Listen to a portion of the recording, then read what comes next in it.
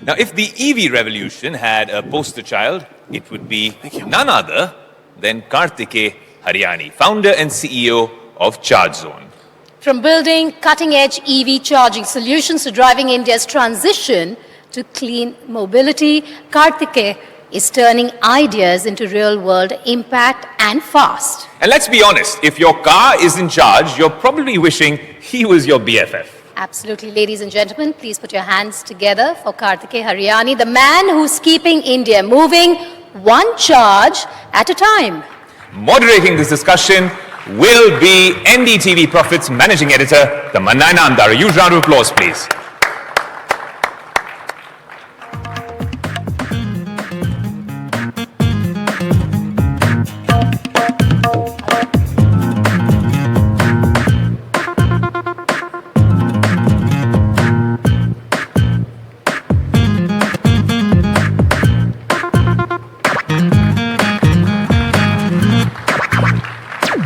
We were waiting for you, Kartikey. Likewise. Thank you, Tamanna. Okay.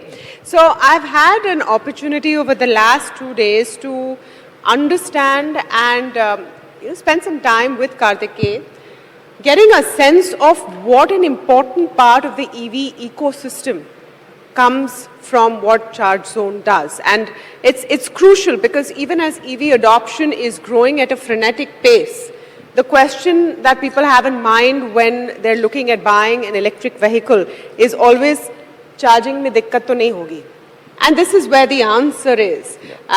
Just for your information, ChargeZone has 70% of the market share of EV charging. That's quite a feat. Kartikey, let's start today by understanding the ChargeZone ecosystem, what this company is and what you aim to do. All right. So, ChargeZone solves EV charging or range anxiety for EV owners. This idea was created in the year 2017. It came into being in the summer of 2018 when Government of India declared EV charging as a consumer service and kept it away from the clutches of power trading regulations. And that was, I still vaguely remember, probably around mid-April evening, we created ChargeZone as a name, as a brand. And then we had a kind of a sort of a pre-COVID journey as well, plus post-COVID too. But in the beginning, we started solving EV charging for fleet customers, for electric buses and electric cars in those days. Post-COVID, various format of vehicles did came in. And then we decided to focus on creating high-speed charging corridors for four-wheelers or large format commercial EVs, including cars, buses, and now even trucks for corporate customers, for fleet customers, for individual customers, and so on. And today we have emerged to be India's largest EV charging network with almost 14,000 charging points across the country. Yeah. So you are solving for, you said you're solving for anxiety of those who have electric vehicles. Yeah. So is it feasible right now to buy an electric vehicle and not worry that if you run out, where is the closest petrol pump? Are we there yet? We're already there yet, yeah. Thanks to various ecosystem players, it's not just us, our peers, our competitors in the market, plus our other stakeholders, that is the electric car OEMs, electric vehicle OEMs, who have started investing or co-investing into EV charging stations by putting the valuable capex in the city hubs, on highway stations, and so on. So I must say one thing. This was probably the answer would have been a mixed one last year, maybe this time last year. But today I can say with confidence that go and buy an electric car. And yes, if you face a range anxiety, just call me. Yeah. Okay, we'll be putting his number out after the Why show. not? Yeah, all right.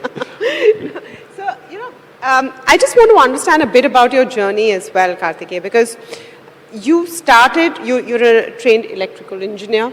Yeah. You started out with a very, very stable corporate job with a large conglomerate, and then you've taken this leap. Is entrepreneurship something you've always dreamed of, and what made you take that risk? Yeah. So what prompted me was something during my university days that probably during the journey we'll like to create something very innovative, something from scratch, something, well, Atmanirbharta is probably a new name that is trending, but 20, 25 years ago it was always there as an instinct that can I really put my knowledge into a practical use and help technology come to the masses. Now that was a very high-level, blurred vision, I would say, for myself. And well, the journey started in 2010 as an entrepreneur. It was into renewable energy. While EV ecosystem I came across the EV ecosystem, or rather EV ecosystem picked me and my team then to solve for the masses in terms of technology adoption. And today when we talk about EV charging, it is nothing but a network of so-called petrol pumps, which does not sell molecules, but it sells electrons.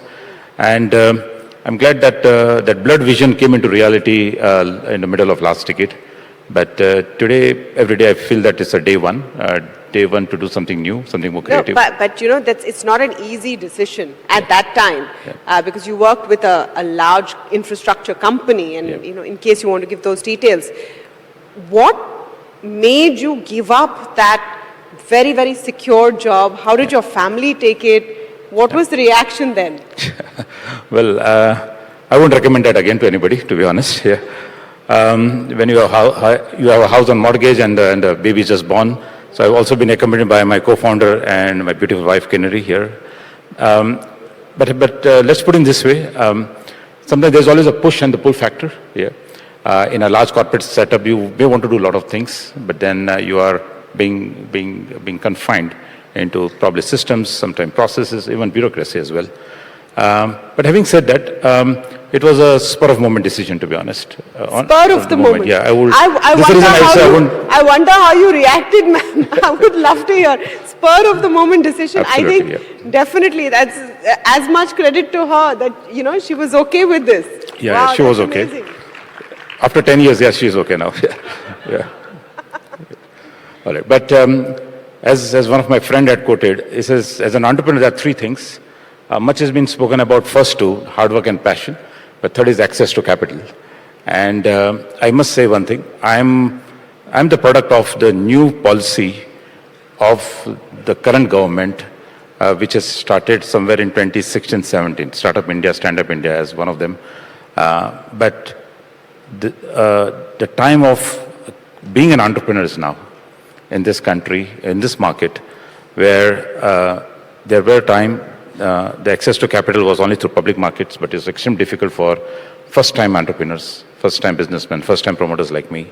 But I must say that since 2021 onwards, I think there has been no dearth of capital. In fact, there's dearth of ideas or even dearth of lack of skill of execution, but certainly there's no longer dearth of capital anymore. That's amazing. You know, you have to contextualize this.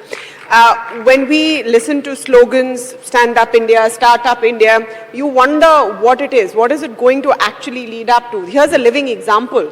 And I think that's very impressive, and it's also inspirational to people out there, because this current generation, for you it was a tough call. I think this current generation is not necessarily interested in getting a cushy job and spending the next 25 years there. Sure. They want to achieve what you have. What is your advice for them? Yeah, absolutely. In fact, probably 30% of our workforce are already millennials. Yeah, and now the Gen Zs are also coming in.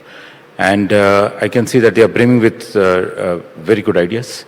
In fact, they need an environment, a team that they can bounce upon their ideas, work upon them, have a factor of encouragement to test and experiment those ideas and go after it. Yeah, that was probably not the case even 15 years ago, I would say. Yeah. Yeah, it's acceptable now to take those risks. Yes, absolutely. Yeah, that's right. I want to talk a bit about the EV ecosystem, because you are an integral part of it. You know, you're the last mile. We can talk all we want about being safe in terms of energy as a nation, being reliant, etc., not having to import as much. But is the EV ecosystem really here to stay, or is it a bit of hype? Now, yesterday, we had a very prominent speaker on this platform that talked about the EV system, saying it's a bit of a hype. This individual said EV car is like a toy car. What would be your response? Yeah. So obviously, if you're driving to your office in a Lambo or a Ferrari every day, for sure, any other car will look like a toy car. Yeah.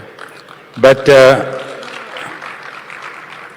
let's zoom out a bit. Let's pause for a second now and see, as a nation, as a citizen of this country, 80% of our energy needs are still imported. This is a matter of fact. Crude oil is getting imported, coal is imported, and so on. Now, when you talk about electric mobility, there are two parts of it, right? There is a vehicle or a product, and then there's a fuel. Market is there, of course. Yeah, there are people. Yeah. But when we look at the fuel part, let's start addressing the easier part of it. Electricity is produced from various sources in the country. Renewable energy contributes almost 20 to 25% of the daily needs of we Indians. Now, when in a country like us where we are blessed by sun gods and wind gods, both Surya Deta and Varun Deta, that is solar and wind, I don't think we should be holding ourselves back in terms of creating more sources, more alternatives for electricity for this market, or for our country rather. Now, talking about the product, well, automobile engineering or automotive industry has been around for the last 100 years. I don't know if most of you or some of you might be aware that around 120 years ago, actually there was the first car that came was also, or one of the first few cars that came was also an electric car. Yeah. So if we, but somehow for some reason it got dominated by, the industry got dominated by oil and gas, that's petrol and diesel. But now let's fast forward in the current decade or the current year context. For our country, these products of, that is electric vehicles, are being produced to, I won't say a mass scale yet, but certainly the penetration of new vehicles has touched 5% as of last quarter.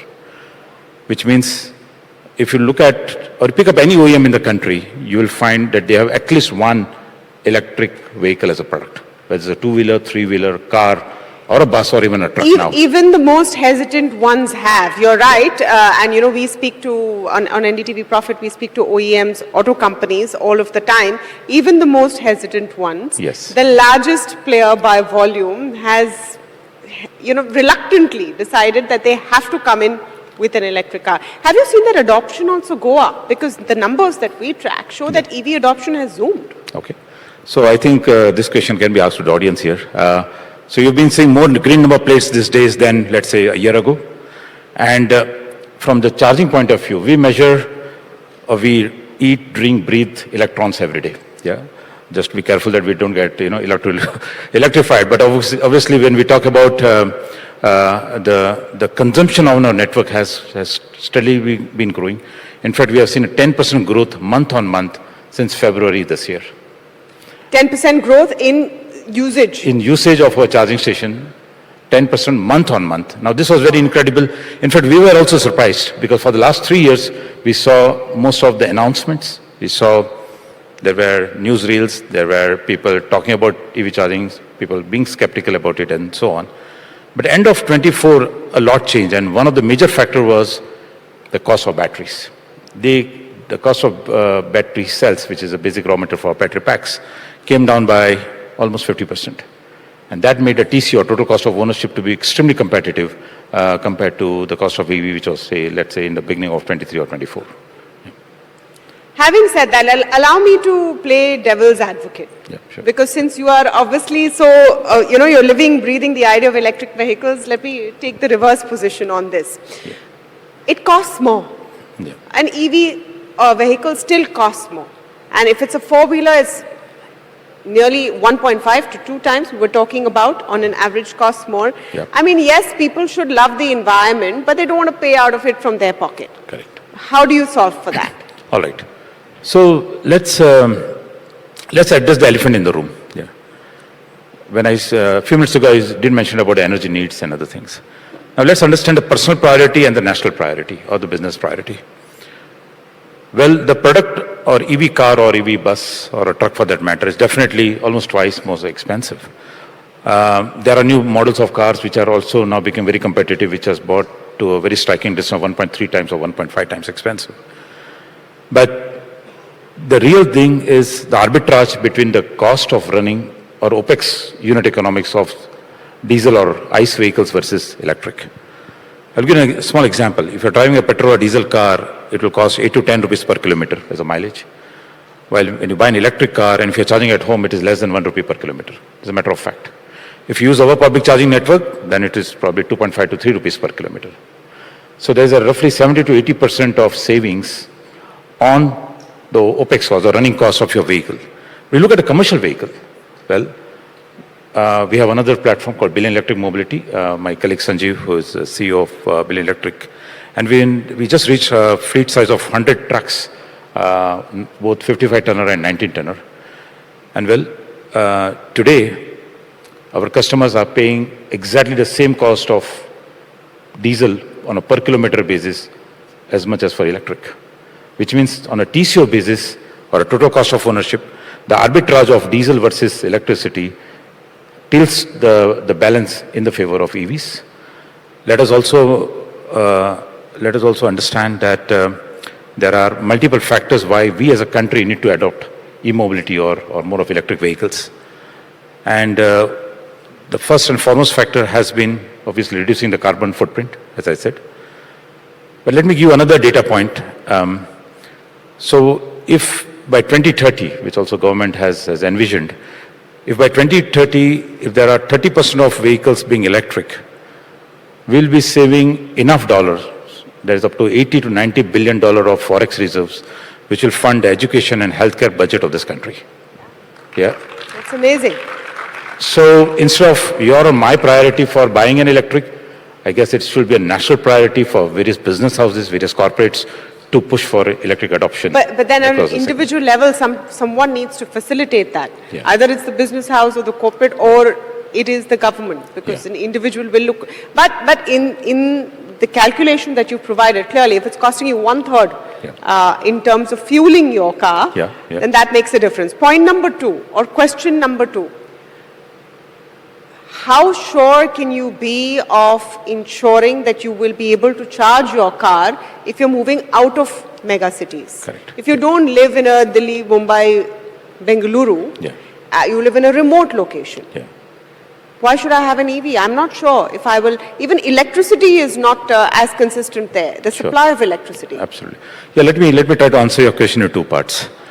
So I can vouch for your personal mobility because Taman, I know you live in Mumbai and you don't buy a car only to move around Mumbai. Of course, you might be taking car only once in a year to Pune, but yet you want that reliability part, the range anxiety to be solved and so on. But let me put it this way. Since Jan 25, this has been our data from our network. There were roughly 100,000 new electric car owners got added onto our network. And every 45th day, they are coming onto a charging network on a highway, which means an electric car is no longer your second car, but maybe it may not be the first car yet, but it is slowly becoming your most preferred car to navigate not only within the city, but also in the suburbs, and also to take a plunge on a short intercity travel, maybe Delhi-Jaipur or Delhi-Dehradun even. And for that matter, CharZone has electrified more than 40,000 highway kilometers in the country. In fact, you can drive from Amritsar to Chennai using our network without any range anxiety issue. Wow. Now, which also means that, and it's not just us, as I said, there are other players who has also enabled some of the highway locations and so on. And we truly understand the psychology of an electric car owner that, well, I've not just bought this as a city car, but I want to go out of station. But there's another challenge, is a grid reliability issue. Well, if you talk about grid reliability, it's not just about our country. I've seen many developed countries. I've been, for the last 10 years, I've traveled probably more than 35 countries around the world.